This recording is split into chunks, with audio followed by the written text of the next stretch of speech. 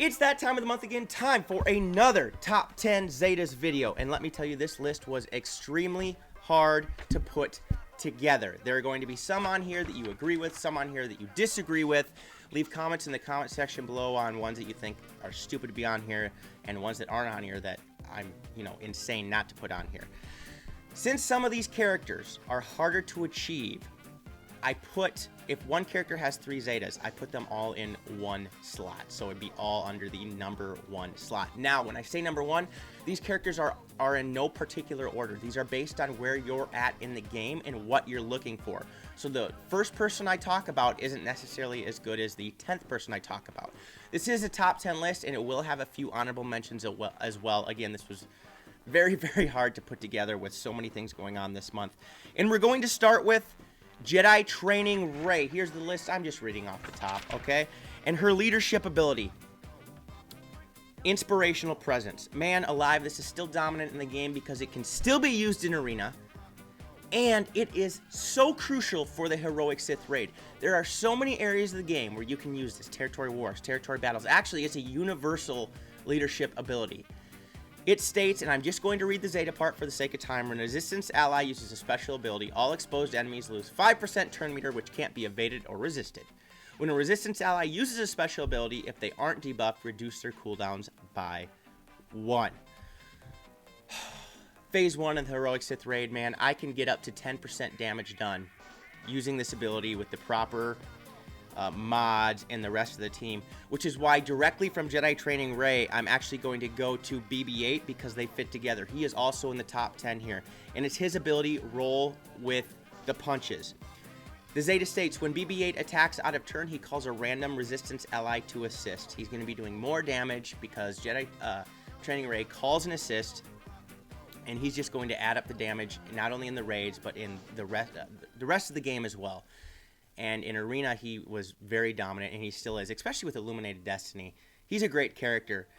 So I kind of put him in Jedi Training Rey. I wanted to read them back to back because you really can't have one without the other. There's no use putting the Roll with the Punches on BB-8 if you don't have Jedi Training Rey's leadership ability. So next, we're going to look at Jedi Knight Revan. And this is one of those characters that I put all 3 Zetas under the same one here. These don't count as 3 separate Zetas because they're all needed to have him be as dominant. He's probably the most dominant character in the game when you have him completely Zeted out. We'll look first to direct focus. You're not able to win in Arena and mirror matches if you don't have this Zeta. I'm just letting you know that right now. It's that important. And it states, add buff immunity for 2 turns, which can't be resisted, copied, or dispelled, and increase their cooldowns by 1 and stun the target for 1 turn. You may not get the stun if there's tenacity up or there's foresight of some sort, but you're definitely going to be getting the buff immunity, and that's going to be so helpful because Grandmaster Yoda isn't going to be spreading those buffs, because usually you're going to be using this against a mirror match Jedi Knight Revan team, and it's so helpful.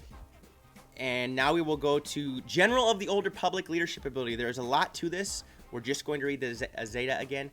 And whenever a Jedi ally attacks out of turn, they recover 20% of their max protection and deal 35% more damage. When a Jedi ally uses a basic ability on an enemy with bonus protection, reduce the target enemy's max health by 10%. Stacking doesn't work against raid bosses, so it doesn't work in the raid. Jedi allies begin the battle with tenacity up for 1 turn. So they're going to be beginning the battle with tenacity up. But also, when they attack out of turn, not only are they going to be recovering protection, they're going to be dealing more damage. And against Emphas Nest teams, where this allows you to reduce the target's max health by 1, it's going to be able to... Taking out Emphas Nest with this ability is going to be so much easier. So it's a huge ability to have, and it's a great leadership ability overall. And that's just the Zeta part. Read the whole thing. And then we'll go to Hero. Add Jedi Knight Revan is immune to stun and ability block, and other light side allies also gain half of these bonuses. The bonuses are doubled while Revan is in the leader slot and not the ally slot. So first of all, he's immune to stun and ability block. That's huge. But what bonuses is he going to be sharing with other light side allies? It's going to be 10% of tenacity, health steal, max health, max protection, critical hit avoidance, defense, and critical damage. When he's in the leadership slot, these are doubled. So that's the stats that he's going to be sharing, and it's with any light side allies. What makes him so dominant is he is the newest character in the game, and he is unbelievable. I struggled with him until I finally got that direct focus Zeta as well, and let me tell you, I can clean house with him. Next, we are going to look at Rein and his unique shoots first. He was out of the lineup for a while, out of honorable mention for a while, but with the addition of Chewbacca to the game, he comes back, and he comes back strong, and that's his shoots first ability. 10% critical chance, plus 10% critical chance, and the first time each turn Han uses his basic attack, he attacks again, dealing 50% less damage. He's attacking twice, guys. He's doing more damage. What more do you want? This is an amazing ability, and for those of you that have just unlocked him or are more mid-game, please get this ability. It's going to help you rise so many ranks in Arena and all other aspects of the game as well.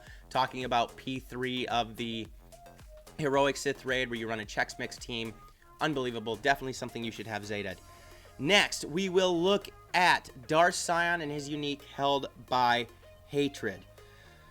Oh, what's so awesome about this is when you pair him with Darth Trai, who I'll read next, is they form the Sith Triumvirate, and that and the Jedi Knight Revan teams, along with some CLS and Chewbacca teams, are dominant in the arena right now, and that's what makes it fun. It states that, not the Held by Hatred, I'm sorry, it's Lord of Pain, which help you unlock Held by Hatred better or quicker, and the ability states that at the end of each turn, Sion inflicts pain for 3 turns on enemies who damaged him that turn. So especially if he has Taunt, he's going to be getting damaged more. He's going to be inflicting pain. He's going to be able to get Held by Hatred quicker. He is able to do more damage, have more defense with that, and he can revive as soon as that is given to him. So it's an amazing ability, and I think he's going to be part of strong Sith lineups for a very long time. Next, we're going to R2-D2. R2-D2 is on here not only because he is, again, viable in some arena teams with CLS.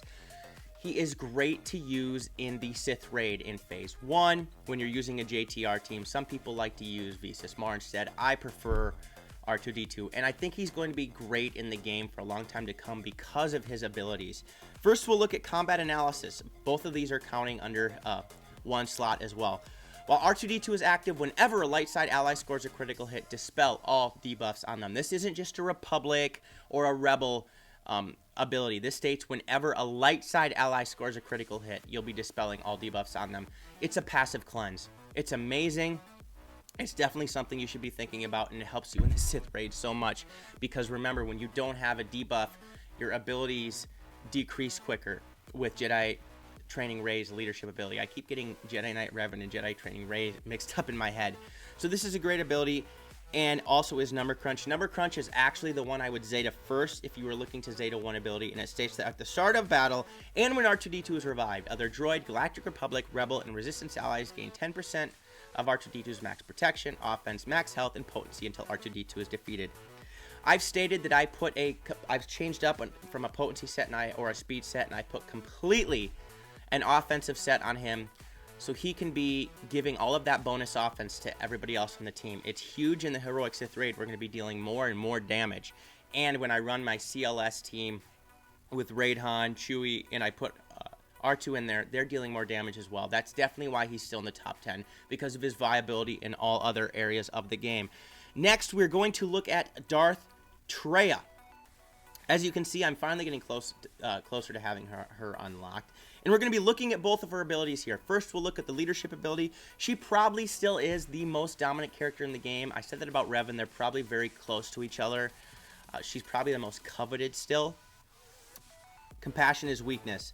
When an enemy uses an ability outside of their turn, they take damage equal to 35% of their max health.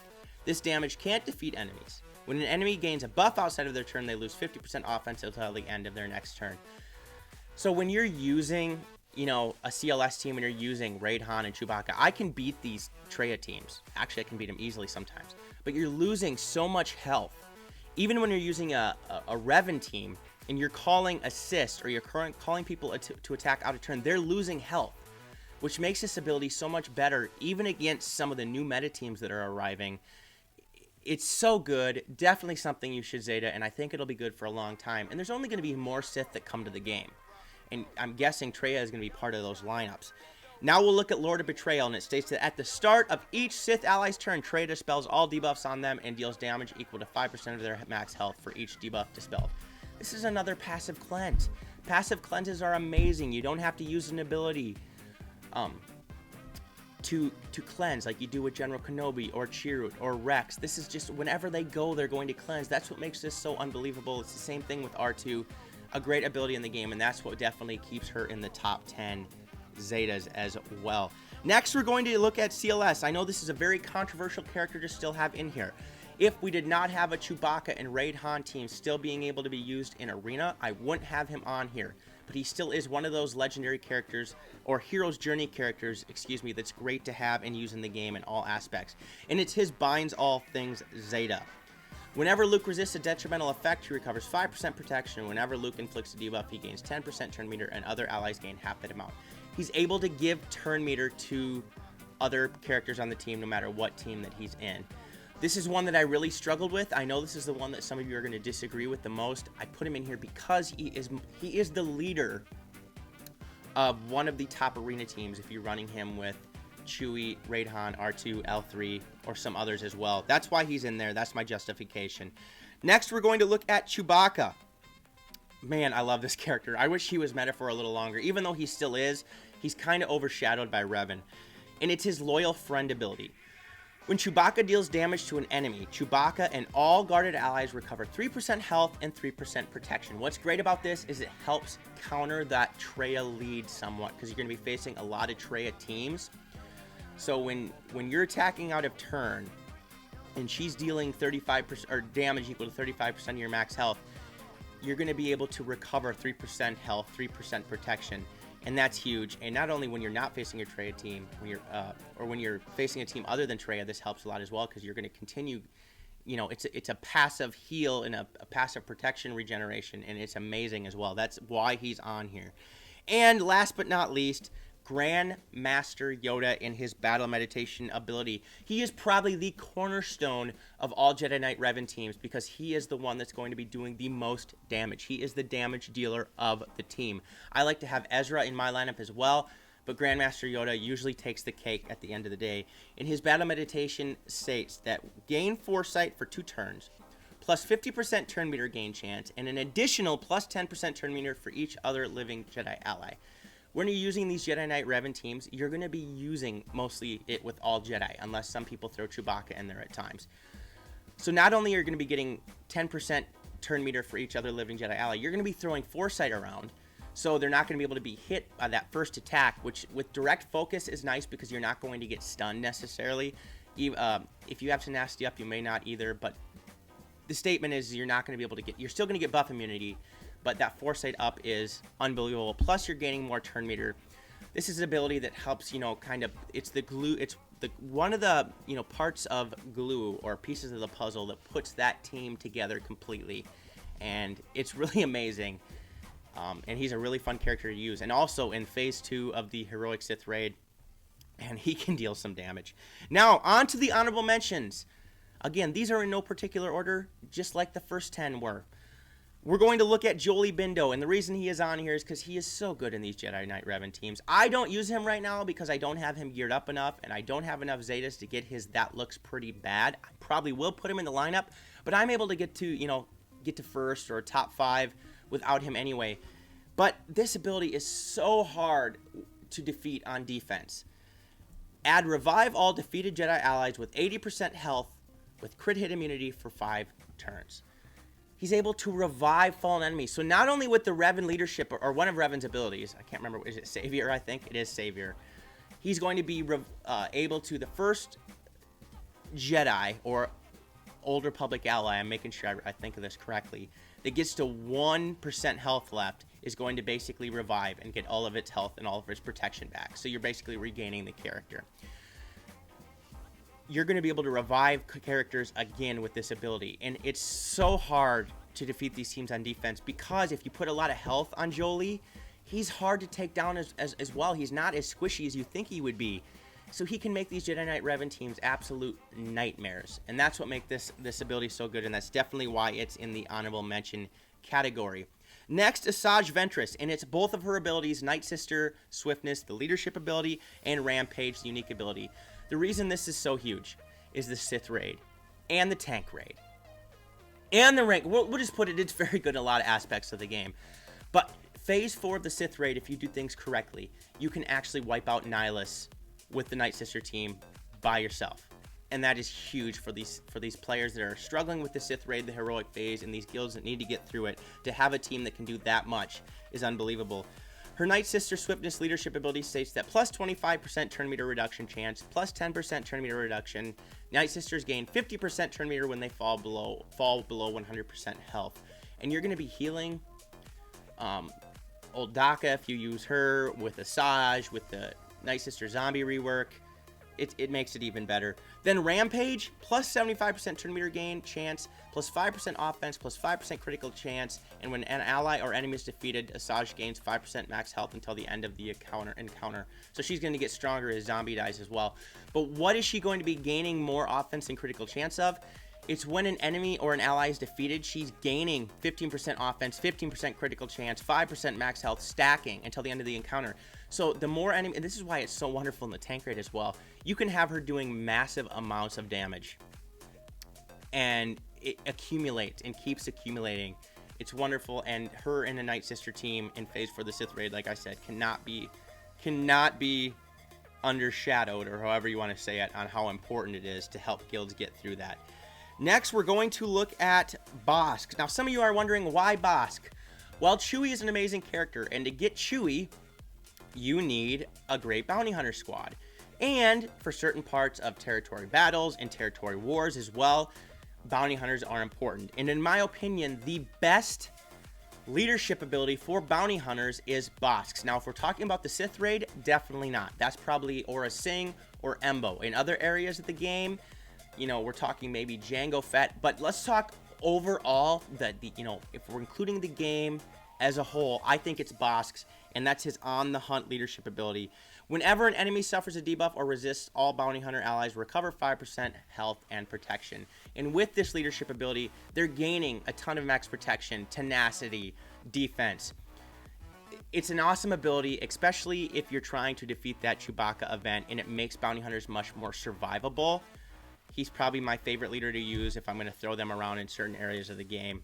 But I put him on there for that reason. Again, some of you can argue, well, what about Boba, Jango, Aura? I understand your point. I just threw Bosque on there because I think that's the best overall ability to have.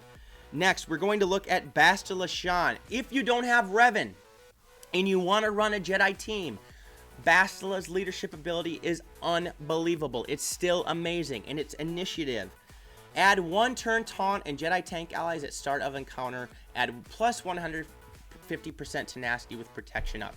She's giving so much bonus protection to everybody, to all the Jedis on the team. It is so hard to kill them. That's why she is great as the leader in a Jedi team without Revan. And plus, you're having these tanks taunt automatically at the beginning of the battle. Like, so Old Ben, you know, the only way he taunts is if you actually use an ability.